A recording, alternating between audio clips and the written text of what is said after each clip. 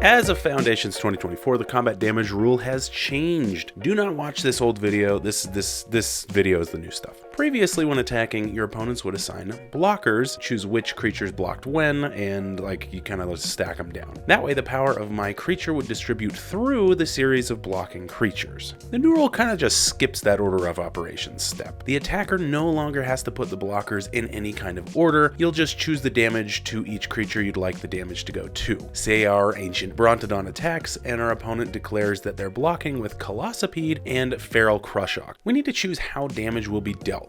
Creatures don't line up in any order, so we'll just choose where our 9 damage goes. In this case, the total toughness of blockers is 9, so we'll declare 5 damage to Colossopede and 4 damage to Feral Crushok. These two creatures then deal their power's worth of damage right back to our Brontodon. In this example, all of these creatures will die. Another example would be to swap the Feral Crushok for a Fusion Elemental. Now our Ancient Brontodon can only kill one of these creatures because we only have 9 damage to divvy up and a total toughness of 13 to deal with. We must choose where the 9 damage goes. 8 could go to the Fusion Elemental and 1 to the Colossopede, or we could have the reverse and do 5 damage to the Colossopede and 4 damage to Fusion Elemental.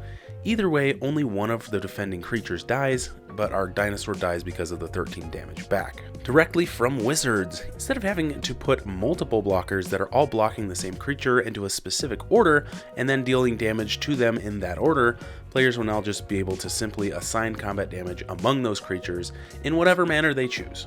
This assignment will happen in the combat damage step just before damage is dealt. There won't be time for any player to take actions between the time at which damage is assigned and the time where damage is dealt. Creatures with trample will still need to assign lethal damage to all creatures blocking them before assigning their excess combat damage to the player, planeswalker, or battle they're attacking. Creatures with both trample and death touch will still be able to assign just 1 damage to each blocker before moving on to that player, planeswalker, or battle. They also said that other players won't necessarily know what's going to happen. This aspect is because of the fact that you don't line up the creatures to show everyone what's blocking what, and the attacker just chooses now. Under this rule, the old rule, immediately after blockers were declared, both players announced the order each of their creatures would deal damage to any creatures they were blocking or blocked by, in cases where there were multiple such creatures. This created more predictable damage assignments during the subsequent combat damage step, which made it easier to play damage, prevention, or redirection spells to their full potential. Such effects would be played during the declare blocker step, so that replacement effects that change how damage is dealt would be active when combat damage occurred.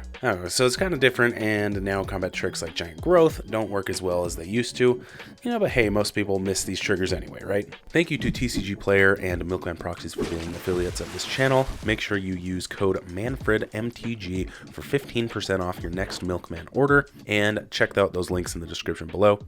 Come back later next week for your weekly dose of magic.